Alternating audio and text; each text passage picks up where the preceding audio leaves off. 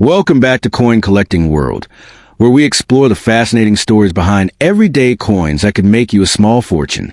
Today, we're diving deep into the 1981 Liberty 5-cent coin, better known as the Jefferson Nickel, a coin that's been around for decades but still manages to surprise collectors with its hidden value and history. Let's get started. The 1981 Jefferson Nickel features Thomas Jefferson, the third president of the United States. On the obverse, the word liberty is written in his own handwriting style, along with the motto, "In God We Trust." On the reverse, you'll see Monticello, Jefferson's famous Virginia estate. This design by Felix Schlag has been used since 1938, making it one of America's most iconic coin designs by 1981. The Jefferson Nickel had already been in circulation for over 40 years. It was originally introduced to replace the Buffalo nickel in 1938. The 1981 version was part of the late pre-modern nickel series, just before the U.S. Mint improved coin striking quality in the 1980s. This makes coins from the early 80s, including 1981, particularly interesting to collectors due to variations in strike and mint mark details. The 1981 nickel was produced in 3 locations: Philadelphia, no mint mark; Denver, marked with AD; and San Francisco, marked with an S. Philadelphia minted around 657 million coins. Denver produced about 561 million, and San Francisco struck 3 million proof coins for collectors. While these numbers seem large, pristine examples, especially proofs, are where real value begins to show. Let's talk value. In average circulated condition, your 1981 nickel is generally worth 5 to 10 cents. Not bad, but nothing too special yet. However, the key lies in condition and rarity. Coins with strong strikes, shiny surfaces, or mint errors can be worth significantly more in uncirculated condition. Values rise fast. A 1981 P or 1981 D in mint state 65, MS 65, can sell for $3 to $8, while coins graded MS 67 or higher by PGS or NGC can fetch $50 to $150. For example, one 1981 D nickel graded MS 67 once sold for over $200 at auction. Proof that condition really is king. Now, let's look at the 1981 S proof nickel from San Francisco.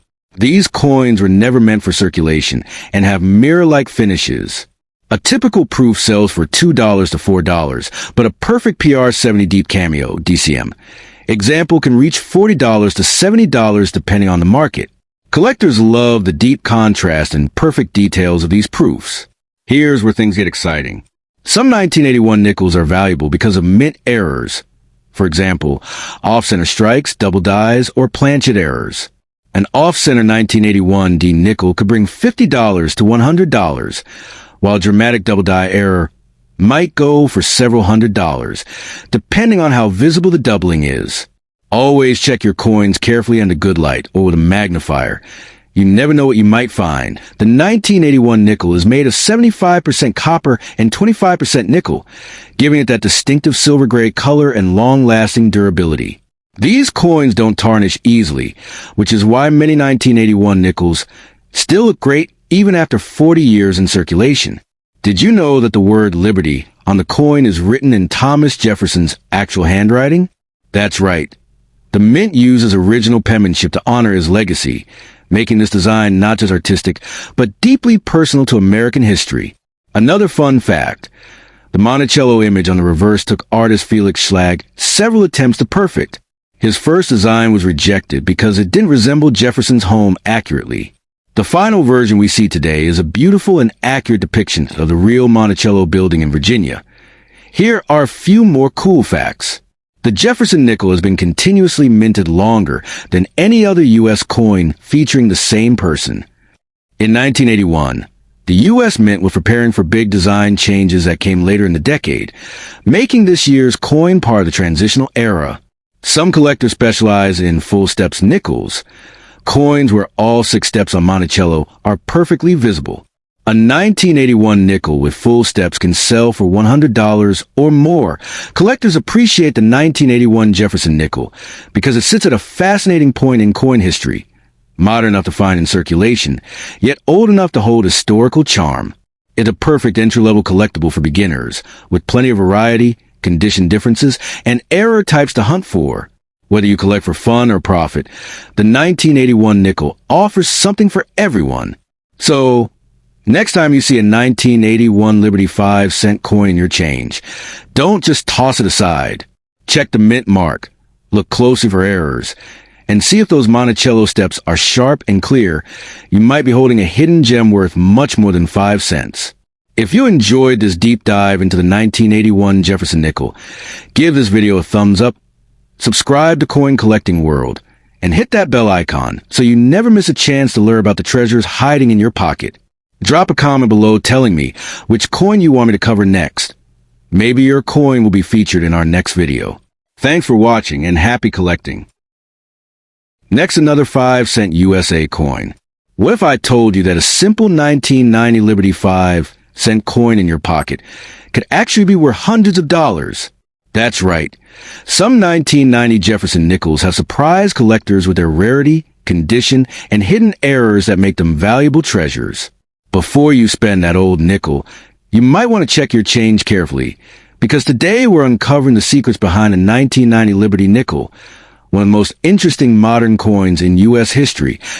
Let's start with the design. On the obverse, we have a portrait of Thomas Jefferson, the third U.S. president, facing left. The word liberty is inscribed in Jefferson's own handwriting style, along with the phrase, "In God we trust," in the year 1990. The reverse back shows Jefferson's famous home, Monticello, along with the words "E pluribus unum," United States of America, and 5 cents. This design has been a part of U.S. coinage since 1938, created by sculptor Felix Schlag. BY 1990. The Jefferson nickel had already been in production for over 52 years. The U.S. Mint continued using Schlag's classic design until the early 2000s, making the 1990 coin one of the last decades before the westward journey redesigns in 2004 to 2005. The 1990 issue is considered part of the modern nickel era, not ancient, but still vintage enough to catch collector interest, especially in pristine condition. The 1990 nickel was minted in 3 locations. Philadelphia, no mint mark. 661 million coins Denver, D mint mark. 562 million coins San Francisco, S mint mark. 3.3 million proof coins. That's over 1.2 billion nickels total, which sounds like a lot, but finding a perfect, uncirculated one today is much harder than it seems. So, what's your 1990 nickel worth? In circulated condition, most are still worth their face value of 5 cents. Maybe 10 to 25 cents if they're in excellent shape. But that's just a start. Condition, rarity, and error types make all the difference. Uncirculated 1990 nickels in mint state 65, MS65, typically sell for around $3 to $8, while high-grade examples graded MS67 or MS68 by PGS or NGC can fetch anywhere from $50 up to $200 or more. For instance, a 1990 D Jefferson Nickel graded MS67 full steps once sold for over $300. Not bad for a 5-cent coin. Now, let's talk about the 1990 S-Proof Nickel, minted in San Francisco for collectors.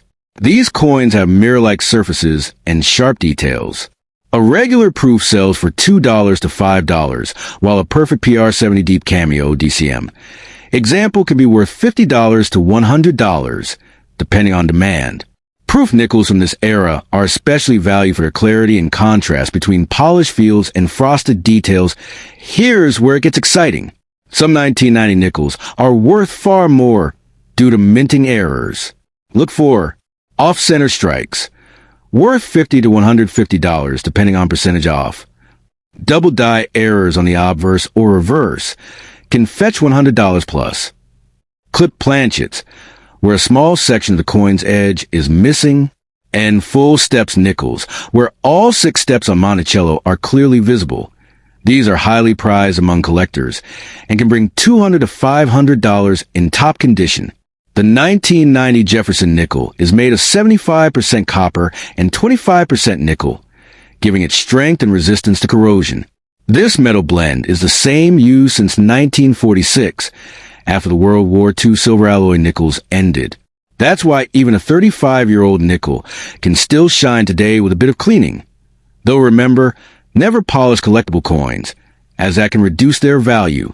Did you know the word liberty on the nickel is actually written in Thomas Jefferson's own handwriting? This design touch was added in 1966, and it gives the coin a personal connection to Jefferson's life and legacy. It's like holding a little piece of his signature in your hand every time you pick up a nickel. Here's another cool fact. The Monticello design has stayed mostly unchanged for decades because collectors and historians consider it a perfect symbol of Jefferson's legacy. And here's a third fact. During 1990, the U.S. Mint was still perfecting die-making technology, which means strike quality varied a lot, creating minor variations that collectors now study and catalog carefully. Fact number 4. Jefferson nickels have been minted continuously since 1938. That's over 85 years of non-stop production with the same portrait. And number 5. Some collectors build full step sets, focusing only on coins with perfectly defined Monticello steps. A full set including the 1990 nickel in high grade can be worth thousands to the right buyer. The 1990 Liberty nickel is a collector favorite because it blends modern availability with vintage charm. It's an affordable starting point for beginners, but still has enough rare varieties and high-grade examples to excite experienced collectors. Whether you're coin roll hunting, searching old change jars, or browsing flea markets, finding a sharp 1990 nickel can be a rewarding little victory. So next time you find a 1990 Liberty 5-cent coin, take a closer look. Check for the mint mark, examine the Monticello steps, and inspect for any striking errors. You might just uncover a hidden gem worth far more than its face value. If you enjoyed today's video, hit that like button, subscribe to Coin Collecting World, and tap the bell icon so you never miss our deep dives into valuable coins hiding in plain sight. Tell me in the comments, what's the rarest nickel you've ever found? Thanks for watching, and until next time, happy collecting, and may your next coin be a treasure.